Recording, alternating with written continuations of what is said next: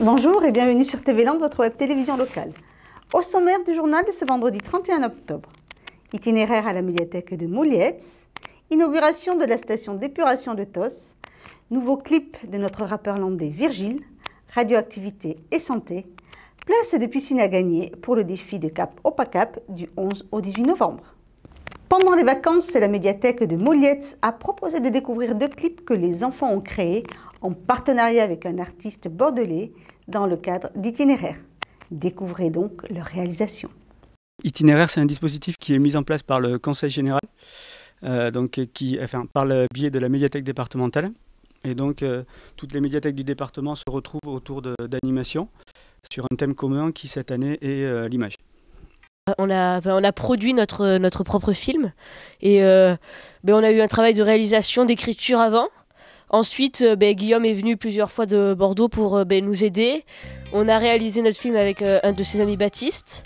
Et ensuite, on a fait les musiques et on a fait plusieurs choses. On est parti de rien. On leur a donné les clés en fait. Et la seule thématique, c'était donc l'image. On est parti sur le fait que l'image pouvait nous tromper, quels que soient les âges, quelles que soient les catégories socio-professionnelles. Donc du coup, on a créé des scénarios autour de tout ça, on a créé la musique, on a fait les tournages, on a fait le montage, on a fait valider ça par tout le monde. Et tout le monde a pris part à ce projet-là. On est tous sur le clip. Et il y a beaucoup de il y a des personnes qui sont occupées d'écrire ce qu'on faisait pendant qu'on le faisait. Il y a ceux qui prenaient les accessoires. Les filles faisaient le script. Il y avait l'accessoiriste, donc Guillaume et Paul qui ont fait les accessoires, qui nous donnaient les accessoires au bon moment. Après il y avait Gillian qui aidait Guillaume pour tout maintenir et tout, l'assistant.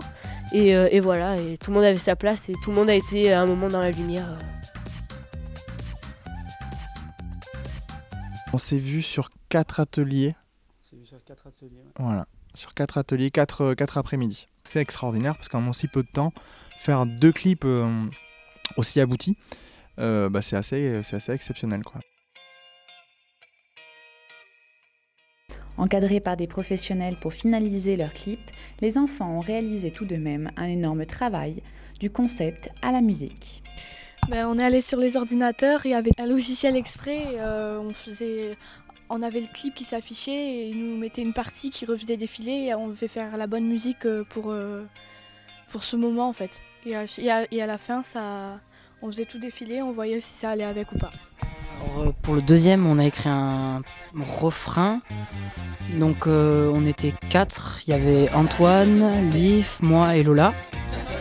Donc on était avec Guillaume, on a fait un brainstorming, on a essayé de lancer des mots en référence avec l'apparence, en rime aussi, et tromper.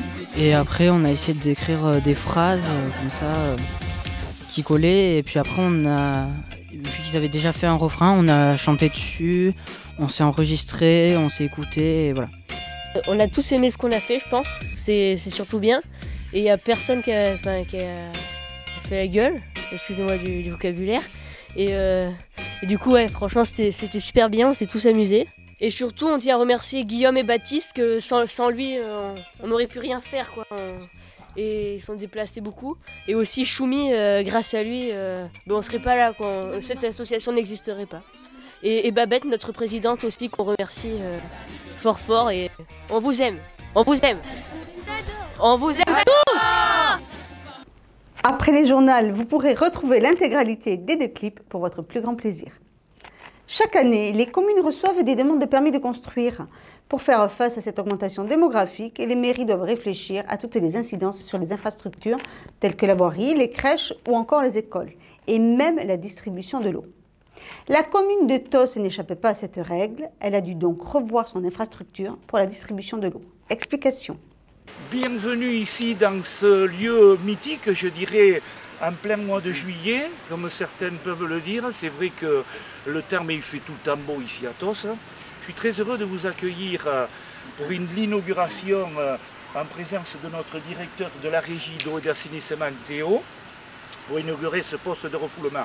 C'est vrai que notre village, comme la plupart des villages de cette côte sud des Landes connaît une forte croissance démographique et cette forte croissance démographique génère obligatoirement des infrastructures et notamment le traitement de l'eau et de l'assainissement, et que ce soit l'eau potable également, et bien d'autres infrastructures. Le souci qui se posait, c'était le niveau du rejet. Le rejet de l'eau traitée, nous rejetions dans un ruisseau, le ruisseau Cap-d'Œil, qui indirectement se déverse à l'étang noir. Malgré, même si nous avions un rendement de 100% au niveau de la station d'épuration, même en mettant des traitements tertiaires très poussés, nous aurions altéré la qualité du ruisseau, et ça c'est interdit. Donc la police de l'eau ne nous autorisait plus à rejeter dans ce ruisseau. Donc il fallait trouver un autre point de rejet. Aujourd'hui, ce n'est plus une situation d'épuration dans le sens que l'on entend, c'est-à-dire au niveau traitement de l'eau. Aujourd'hui, nous épurons en fait l'effluent pour refouler à Souston un effluent débarrassé de tout ce qui est élément grossier. Par élément grossier, j'entends tout ce qui est déchets alimentaires, papier et autres, pour envoyer voilà, un effluent vraiment non traité, bien entendu, mais dégager toute substance qui pourrait boucher un réseau. Dans la station d'épuration dont les ouvrages sont un peu autour de moi a été créée en 2004. C'est avéré qu'elle s'est avérée sous-dimensionnée au niveau de l'effluent entrant par rapport à la démographie croissante sur la commune de Tos. C'est pour ça que nous avons pris la décision de la modifier. Et depuis mai 2013, nous refoulons tous les effluents de la commune de Tos sur la commune de Souston. Le système qui est juste à côté de moi, j'ai dimensionné un système assez conséquent pour pouvoir pallier à l'augmentation de la population. Donc nous avons fait des études. Je sais à peu près, le PLU qui a été voté nous donne une vision à 15-20 ans. Donc aujourd'hui, le système qui est derrière moi peut recevoir encore du monde. On ne sera plus pénalisé par l'assainissement collectif de la commune de Tos, ça c'est clair. Dans l'ensemble, ça fonctionne très très bien. Il n'y a pas de pépins, il n'y a pas d'odeur qui pouvait gêner les particuliers l'an dernier.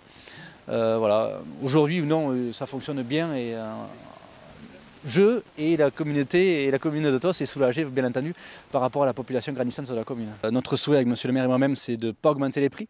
Depuis la création de la régie, nous avons baissé de grosso modo 20% les tarifs. Le but, ce n'est pas de les augmenter, au contraire, nous allons essayer d'encore de les baisser si nous pouvons. Quoi qu'il en soit, ils seront maintenus, il n'y a pas de hausse de prévu. C'est vrai qu'effectivement, il y a un coût de traitement par le SIAM, il y a un coût d'exploitation qui est moindre. Donc l'un dans l'autre, pour l'instant, nous ne parlons pas d'augmenter les tarifs. Le rappeur montois Virgile a réalisé un nouvel album. Découvrez sa dernière création à travers son clip Tout donné.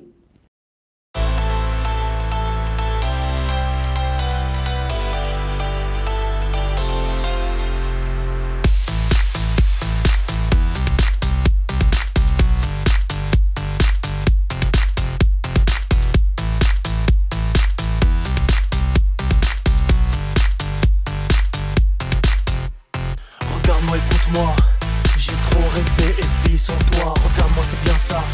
J'ai trop cherché à fuir sans foi. T'as peur de quoi? On devient proie, on fait une croix. T'as peur de moi, tu prends sur toi. La vie un choix, tu manques de quoi? L'envie de moi.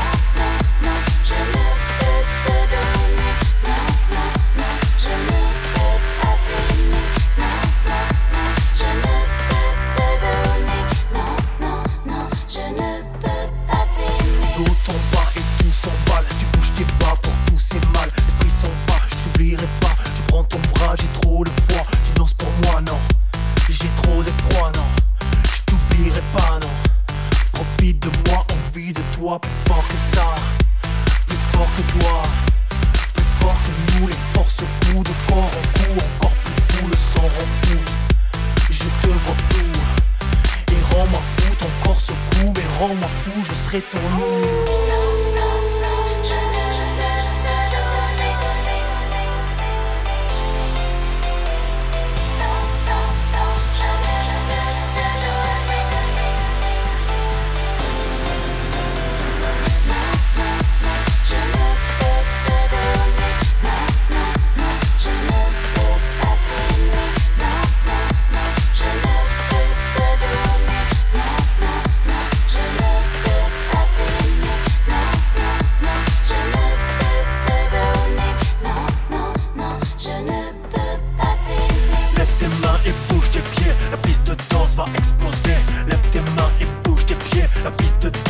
exploser. Lève tes mains et bouge tes pieds, la piste de danse va exploser.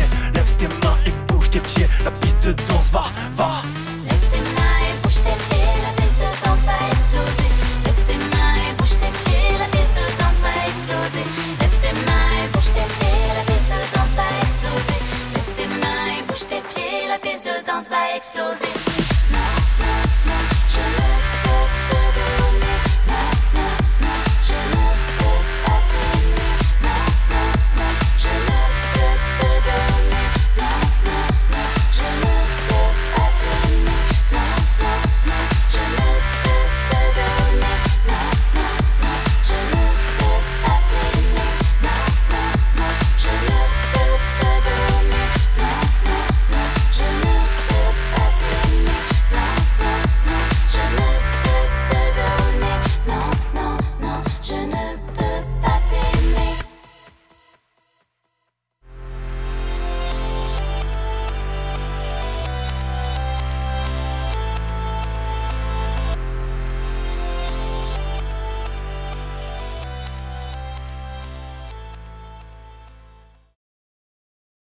La radioactivité interpelle, voire nous fait peur.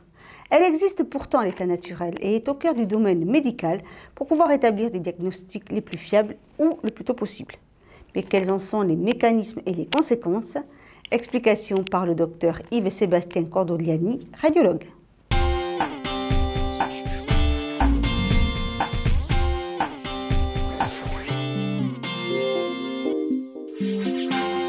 Radioactivité et santé, et si on en parlait?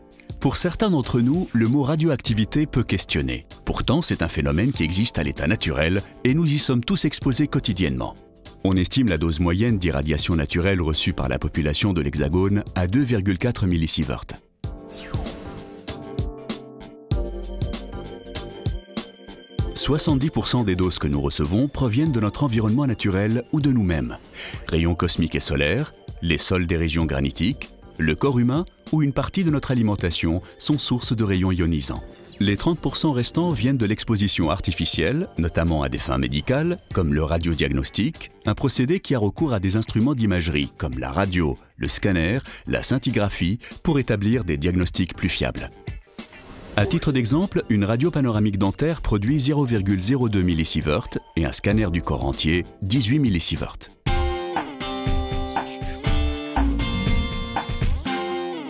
Leslie est une jeune femme qui souffre de sinusite à répétition, ce qui la conduit ce jour-là à faire un scanner des sinus, un examen rendu possible grâce à la radioactivité, une invention qui a révolutionné la médecine. Zoom sur le radiodiagnostic, une technologie désormais au cœur de notre santé. Les explications du professeur Yves-Sébastien Cordoliani, radiologue. La radioactivité et les rayonnements plus généralement ont permis de faire des diagnostics qui étaient totalement impossibles jusqu'à un passé récent.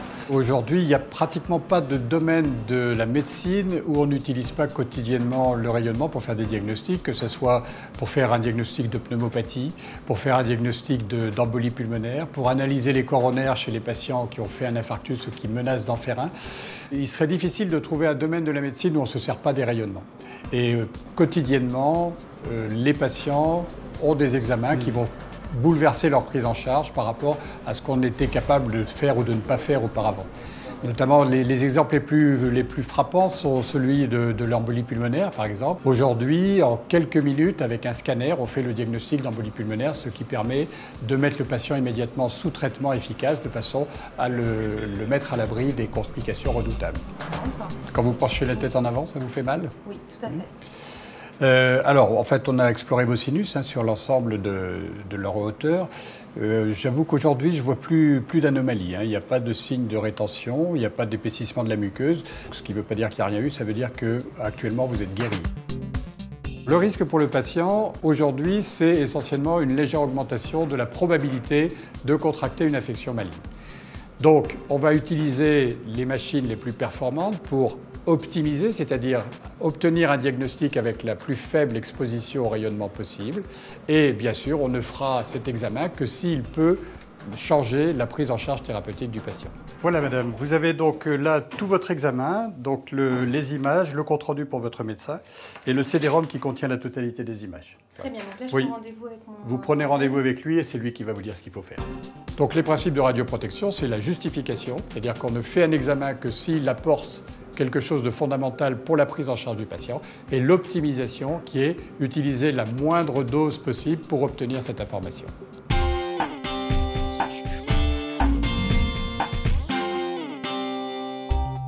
Capucine attend un bébé et comme toutes les futures mamans, elle se pose beaucoup de questions, notamment celle-ci.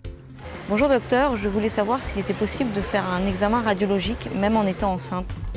Alors si cet examen est nécessaire à l'amélioration de votre état de santé, donc à l'amélioration de la croissance et de la bonne forme de votre bébé, il faut absolument le faire.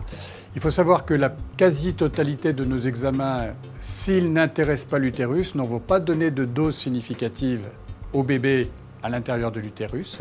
Et au plus important, ça sera de l'ordre de l'exposition au rayonnement naturel. Il faut savoir qu'elle est de l'ordre de 2,4 millisieverts par an en France, donc 0,2 millisieverts par mois. Donc en fait, la plupart des examens n'intéresseront pas l'utérus, mais même s'ils intéressent l'utérus, il faut savoir qu'aux doses qu'on va donner au diagnostic, le risque d'augmenter une éventuelle malformation chez le bébé est nulle. Ça, c'est quelque chose qu'il faut bien connaître. Aujourd'hui, aux doses du radiodiagnostic, il n'y a pas d'augmentation du risque malformatif. Merci, professeur.